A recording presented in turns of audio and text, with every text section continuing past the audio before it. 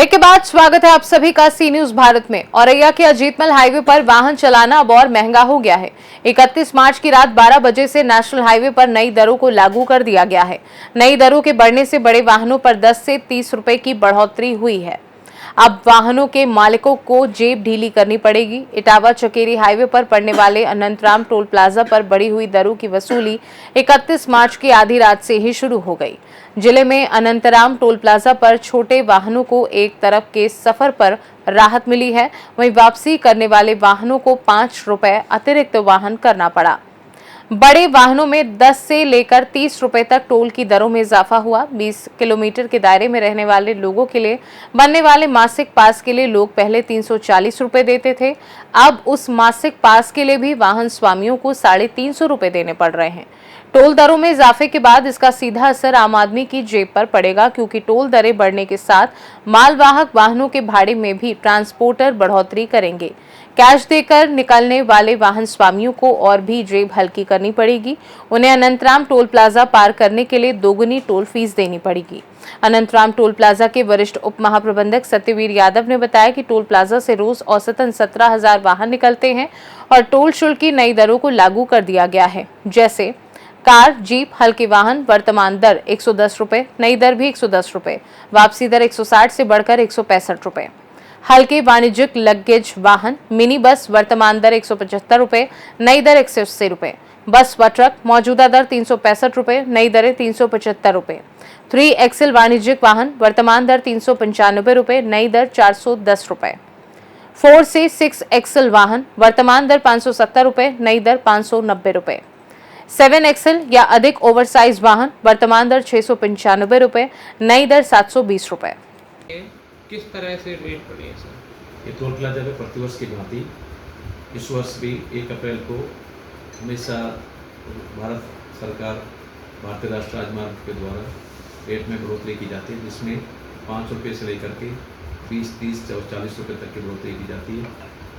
अब की बार भी इसी प्रकार हुआ। कार का तब की बार सिंगल जर्नी पर मात्र 5 रुपये भी नहीं बढ़ाया है, तो 110 रुपये था, 110 रुपये। रिटर्न जर्नी पर 10 रुपये जरूर बढ़ाया गया है। बाकी प्रतिवर्ष की भांति ये हमेशा उसमें है, रूल्स में है, तो सभी अवेयरनेस भी है ट्रांसपोर्टर को भी और रोड यूजर्स को भी कि कैलकुलेट बढ़ने हैं। तो मेरे यहाँ रात को मैंने देखा है, कोई अभी तक ऐसा कोई भी टोल पे प्रभावित नहीं हुआ है। नए लोगों ने रजिस्ट्रेशन, क्योंकि फास्टैग से टोल कट रहा है और फास्टैग में ऑलरेडी ये रेट फिट कर दिए गए थे। रात को 12 बजे से लॉग आउट हुआ, वो इम्प्लीमेंट हो गए थे और हमारा जो बैंक है कोर बैंक को भी इसका पोर्टल पे देखने लगा था, तो इसलिए मुझे कोई परेशानी नहीं आई रेट बढ़ाने में बढ़ने के बाद। अगर सर मंथली पास की गाड़ियों की बात करें तो कितने रुपये बढ़े? हाँ, जहाँ तक मंथली पास की बात है, मंथली पास पहली बात तो उन गाड़ियों के लिए लागू होता है जो प्राइवेट व्हीकल होते हैं, कार। और प्राइवेट कार के लिए मंथली पास उनके लिए जो 20 किलोमीटर एरिया में रहते हैं और रेसिडेंशियल उनका आधार कार्ड या वोटर ID यहाँ पे हो 20 किलोमीटर एरिया के लिए, उनको मासिक पास पहले 340 रुपये का था। इस 1 अप्रैल से 350 रुपये, 10 रुपये की बढ़ोतरी हुई है। उसमें अनलिमिटेड, मतलब आने जाने में आप कितनी भी चक्कर रोजाना निकाल लगा सकते हैं। आपको 340 रुपये 1 तारीख से लेकर 30 तारीख या 31 तारीख तक चलता है बस। देखा गया कि सर आज जो 12 बजे की रात थी, उस समय क्या आपके द्वारा सतर्कता बरती गई? क्या सावधानियां उस समय क्या रहा? नहीं, हमने जाकर के हर एक बूथ के अंदर देखा कि हमारा जो पर्ची भी निकाल के देखा हमने कि रेट क्या आ रहा है। उसमें पोर्टल पे देखा, सावधानियां बरतने में वैसे अवेयरनेस थी, तो कोई ऐसा विरोधाभास किसी भी रोड यूजर से नहीं हुआ। सावधानी के तहत हमने देखा कि हमारा रेट जो है सही पोर्टल पे दिखने लगा, तो वो जो मैनेजमेंट सिस्टम है इसका टोल मैनेजमेंट का, वो पूरा पोर्टल पे दिख रहा था PMS में। तो फिर हम संतुष्ट हो गए और ऑटोमेटिक स्मूथली तरीके से वहाँ पास हो गए। ऐसा कुछ प्रिकॉशन लेने की आवश्यकता नहीं पड़ी, बिकॉज की प्रतिवर्ष सभी लोगों को अवेयरनेस सालों से थी इस चीज़ से। Thank you. और आसपास के क्षेत्र के युवाओं को रोजगार का संसाधन बहुत जल्दी इसका असर आप देखेंगे। तो जितना हाईवे होंगे, हमारे यातायात के संसाधन होंगे, रोड का एक वाहन इधर से उधर माल को ले जाने में सक्षम रहेंगे, सुगम रहेंगे, तो डेफिनेटली सरकार का, उस प्रदेश का, उस देश का विकास होना निश्चित है। जैसे कि सर आप यहाँ पर 10 साल की लगभग अपनी सेवाएं दे रहे हैं, तो वाहन चालकों से क्या अपील करना चाहेंगे? क्या उन्हें सुझाव देना? मैं वाहन चालकों से यही अपील करूंगा कि मैं 10 साल से देख रहा हूं कि जो भी हाईवे पे रोड एक्सीडेंट होते हैं, वाहन चालक या तो अवेयर नहीं है। कुछ लोग मैंने देखा कि मैंने टोल प्लाजा पे कई ऐसे एक्सीडेंट भी देखे हैं, जो वाहन चालक ड्रिंक करके ही ड्राइविंग करते हैं। मैं उनसे अनुरोध करूँगा कि आप ड्रिंक करके ड्राइविंग ना करें, क्योंकि आगे वाले को जिसको भी एक्सीडेंट होता है, किसी की जान की जनहानि होती है और आपका भी परिवार है, आपकी भी जनहानि हो सकती है। आपके पीछे आप तो चले जाएँगे, आपके पीछे आपका परिवार, आपके बेटा, आपकी वाइफ़, आपके बच्चे बहुत इफ़ेक्ट होते हैं। तो कम से कम उनके लिए तो आप इस चीज़ को छोड़ें, क्योंकि वाहन चलाते समय या कभी भी शराब तो नशा एक बहुत ही बुरी चीज़ है, इसको ना करें। मैं वाहन चालकों से यही निवेदन करूँगा, अगर आप ड्राइविंग कर रहे हैं, ड्राइविंग करते समय बिल्कुल ड्रिंक ना करें और जब भी आप चलें, तो कम से कम लगातार ना चलें, कुछ घंटे जाकर के रेस्ट भी करें, गाड़ी को साथ में लगाकर। हाईवे के ऊपर बहुत दबे हुए हैं, कहीं भी रुक कर के आराम करने के बाद ही गाड़ी को चलाएँ, नहीं तो नींद के कारण भी एक्सीडेंट बहुत ज़्यादा होता है। देखा गया है कि सर कुछ जो वाहन चालक हैं उनको जो एनएचआई पर जो सांकेतिक निशान है उनके बारे में जानकारी नहीं होती है कि किस तरह से जो रोड पर जो बनी लाइन है वो कट के तौर पर है, कहीं लाइनें एकदम सीधी बनाई गई है, कहीं उनको सर्विस रोड पर करने के लिए सांकेतिक निशान दिए गए हैं।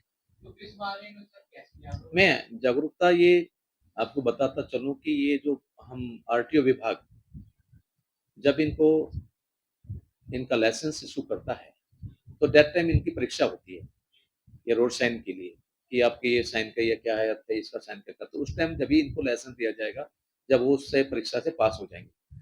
जहाँ तक रहा सवाल सांकेतिक वाहनों का, तो ये सब जगह पोर्टल पे भी उपलब्ध है, गूगल पे भी उपलब्ध है कि किस चीज़ का वाहन का हर जगह लिखा भी होता है, कि ये दुर्गा प्रभावित क्षेत्र है या मोड़ है, तिरु मोड़ है, तो उसको ड्राइवर समझ जाते हैं, लेकिन इनको सबसे ज़्यादा बड़ी जानकारी तो जब इनको लाइसेंस शुरू होता है, तो उसके बारे में जानकारी दी जाती है। और अपने ओडिशा जनपद की सीमा में कितना एनएचआई पड़ता है सर?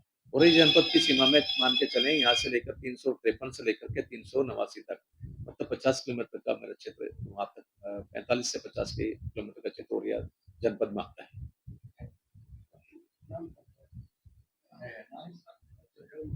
मान के चलें, यहाँ से लेकर 353 से लेकर के 389 तक, मतलब 50 किलोमीटर का मेरा क्षेत्र वहाँ तक 45 से 50 के किलोमीटर का क्षेत्र औरैया जनपद में आता है।